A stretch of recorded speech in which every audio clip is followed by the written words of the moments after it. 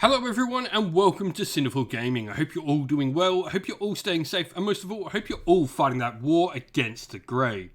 Today's video we're going to talk start collecting Warhammer 40,000, and today we're going to take a look at how we can start a Blood Angels army in the game with just 3 box sets. Now those 3 box sets in particular will be the Blood Angels Combat Patrol box set, the Space Marines Boarding Patrol box set, and a box of Sanguinary Guard as well.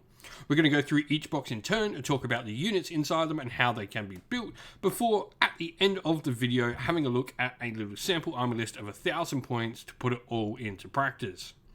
And so, to start with, first of all, we have the Blood Angels Combat Patrol box set. Now, this is led by a HQ option, the Primaris Librarian.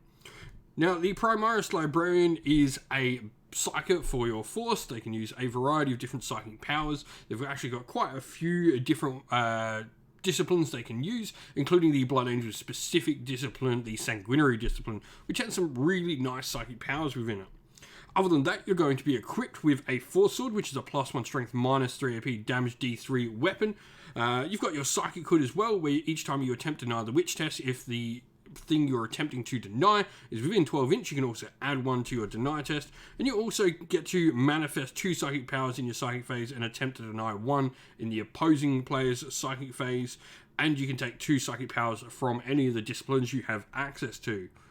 Now, other than that, you're pretty stock standard for a Space Marine character. Weapon skill, ballistic skill 3+, strength and toughness 4, 5 wounds, 4 attacks, and a 3+ save. Now, we have 2 troops choices inside this box set. The first is a 5 model squad of Intercessors, which are pretty much the Primaris standard troop. Now, Intercessors have, as standard, they'll come equipped with their bolt rifles, but they can also be exchanged for either auto bolt rifles or stalker bolt rifles. Bolt rifles themselves are a rapid fire weapon with strength 4, -1 AP, damage 1. The auto bolt rifle will lose the AP, but will go to an assault 3 weapon, or the stalker bolt rifle will instead go to AP -2 and damage 2, but will turn into a heavy 1 weapon, meaning you get less shots. The better your shot, the less shot you get, but you also do increase 6 inch in range for that stalker bolter, and you minus range if you are using the auto bolt rifles. Your sergeants in the squad can be equipped with a variety of different pistol and different combat weapons should they wish to, and you can also include some Astartes grenade launchers in there as well, 1 for every 5 models in your unit. This can provide you with a nice little strength 3 blast weapon or an assault 1 damage D3 weapon as well. Now, the next unit we have is a squad of Incursors, 5 Incursors, or they can be built as Infiltrators. This is a dual kit between the 2. The ones pictured here are Incursors, and for me, they're a really interesting unit to bring into your force. The big ability is the multi-spectrum array, where each time a model in this unit makes a ranged attack, you can ignore any or all hit modifiers for the attack, so pretty cool. And they also have the Haywire Mines as well, where they can potentially do some mortal wounds, especially to vehicles. Now, they've got Oculus Bolt Carbines, where enemies don't receive cover against them as well. These are a 24 inch range, rapid fire 1, strength 4, no AP, damage 1 version. And they also come equipped with paired combat blades for -1 AP, damage 1 in combat as well. The alternate build for this particular unit is the Infiltrator Squad. Now, as the name might suggest, Infiltrators are all about infiltrating. They're going to be able to deploy and do some infiltrating stuff. So Omni Scramblers as well. Enemy units can be set up on the battlefield as reinforcements, can't be set up within 12 inch of them. They're going to have the Infiltrator Comms Array, where if there's any Phobos units on the battlefield, they can receive a lot of the abilities without needing to be in range. And the Helix Gauntlet as well can provide them with some nice defensive benefits as well. Now, moving on to our elite choice in here, we have 3 Aggressors. These are a more dedicated combat unit, but they also do pack out a decent amount of shooting as well. Each Aggressor is going to come armed standard with 2 Flamestorm Gauntlets, which at shooting will be an Assault D6, Strength 4, no AP, damage 1 weapon that auto hits. So 2d6 shots coming out of each Aggressor. Now, they also are going to be at combat a ×2 strength, -3 AP, damage 2 weapon as well. They can swap these out for the option of having the auto Boltstorm Gauntlets, which are assault 3, strength 4, no AP, damage 1. and there'll be the same profile in melee with them. Now, you can choose each time you get those Boltstorm Gauntlets as well. You will get Fragstorm Grenade Launchers, which will provide you with an extra Assault D6, Strength 4, No AP, Damage 1 Blast Weapon as well. So you do get more shooting, but you lose sort of the auto to hit coming out of them. Lastly, we have a dedicated transport that is the Impulsor. Now, the Impulsor's a pretty standard transport for the Primaris Marines.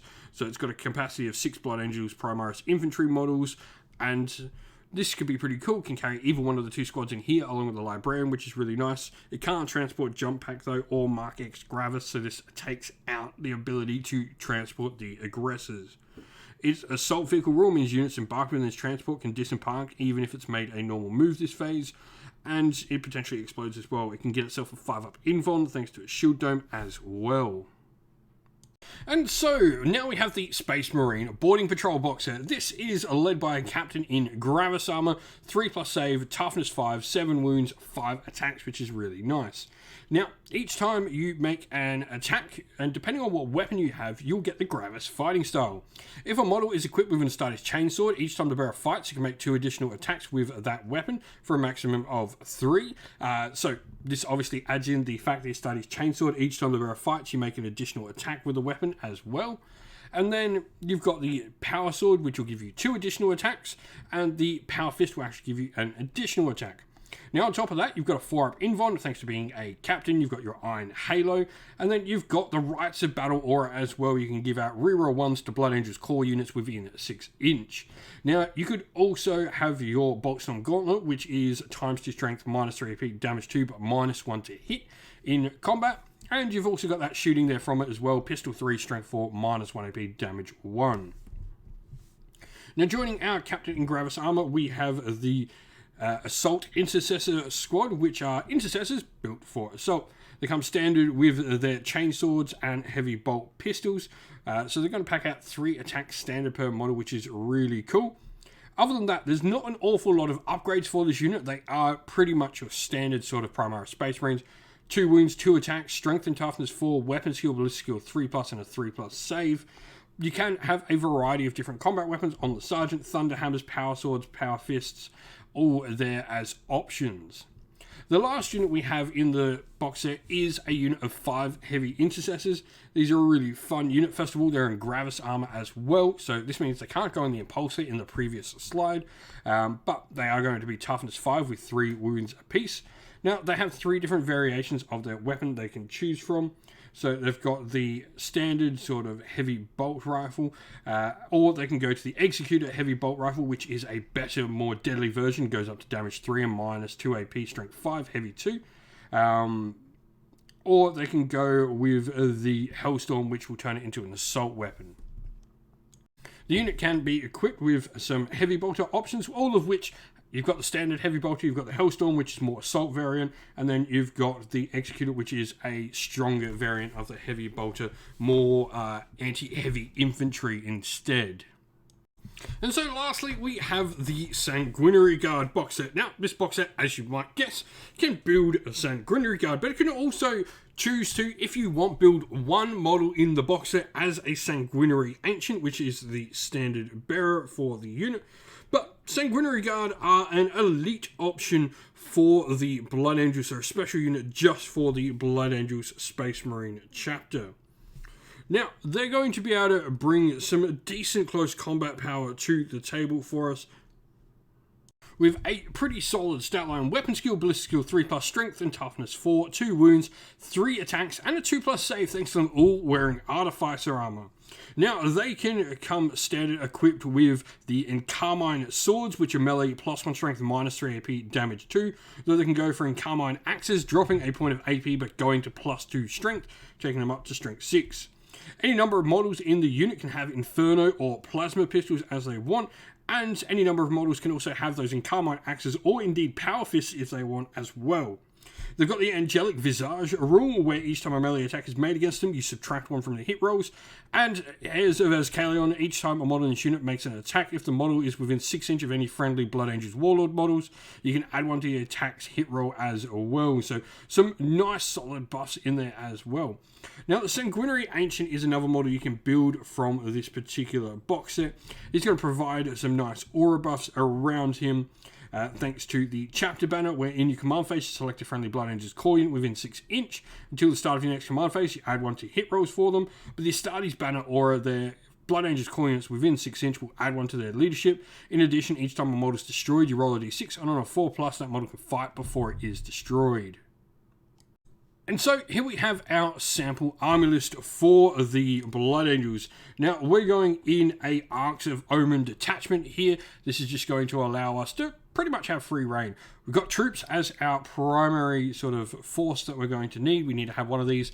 3 troops means, you know, it just opens up the rest of the list for us.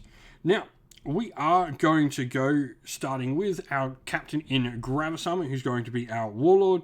He's going to have the Warlord trait there that is going to be Speed of the Primarch. This will allow the model to fight first in the combat phase. This goes nicely with his Visage of Death, where each time a model makes a melee attack, you subtract 1 from the hit rolls if they're targeting him. And then the Bearer also will have the following ability, Visage of Death, where while an enemy unit is within 3 inches of this model, it'll lose the objective secured rule as well. Some nice cool abilities for him. Other than that, we've got the Chainsword. I just like all the extra attacks it brings to the table. But then we have a Primaris Librarian as our second HQ option, which will have Unleash Rage and Shield of Sanguinius as the psychic powers. Shield of Sanguinius can provide a 5-up invulnerable, and Unleash Rage can provide some nice additional attacks and additional hits. Every time we roll a 6, we'll get additional attacks in there. Troops-wise, we've got all the different intercessors. So we've got our Assault Intercessor Squad, 10 models, Thunder Hammer and Plasma Pistol on that Intercessor Sergeant. Heavy Intercessors have gone for Executed Bolt Rifles, providing us with some decent long-range support. And they've got the Heavy Bolter option in there as well. Incursors are going to have the Haywire Mine equipped on them. And then we've got the Intercessor Squad in there with an Astartes Grenade Launcher, Power Sword on the Intercessor Sergeant. The Aggressors gone for the Flamestorm Gauntlets, and then we've got a unit of 5 Sanguinary Guard. And lastly, the Impulsor with the Iron Hail Heavy Stubber and Shield Dome on it as well for a nice solid transport for one of our smaller units of Primaris. If you've been playing with Blood Angels, if you've got some ideas on how to combine these 2 boxes together and what you would make as your options for command traits and warlord traits, let us know your thoughts down in the comments below. Well, that's the end of the video. We hope you all enjoyed. If you did, please don't forget to leave a like and subscribe to the channel if you haven't already. And also drop a comment down below letting us know what you enjoyed about the video. If you'd like to come chat more with me and other members of our little community here at Cinderful Gaming, we have a Discord server which is linked down in the video's description. Also linked down in the video's description are the best ways to help support the channel, either by Patreon, YouTube members, or by grabbing yourself some merch from either our Ko-fi or Teespring stores. All of those things are linked down in the video's description. As a special thank you to everyone who does support us via Patreon and YouTube members, we'd like to give you all a shout out. So thank you to our Patreons, Christian Weir, Soren, Kenny Lowe, Outer Shot First, Andrew Bowen, The Rising 8, Pure Dynamic, Anthony B, JJ Austrian, Average Wargamer, Domir, Mark Harvey, James Cater, Benjamin Swallows, Red Martin, Iron Grinch, Nicholas Conomos, Colorblind Magic, Daniel Everington, and Andy C. And to our YouTube members, Green Roots Gaming, Ronya, Lock Lorick, The Johnny84, David Ellsworth, Wolfric Nick, Broken Chef, Ariana Edwards, Revenar, Pink Nico Fire, Robin Mankiller, Monty Stabletop Terrain, John Castle, Davis Weir, James South, James Tillman, Dylan Marino, Gargamel 196, and Disco. Thank you all so much for your support, and special shout out to Lady Witchfox Art, who does all the amazing artwork for the channel, and to everyone who helps run the channel, whether that be on the Discord server as our mods, on our live stream mods, or the guys that come around and help provide the battle reports for you all to watch. Thank you all once again, everyone. Stay safe, stay well, and most of all, keep fighting that war against the Grey. Ciao for now.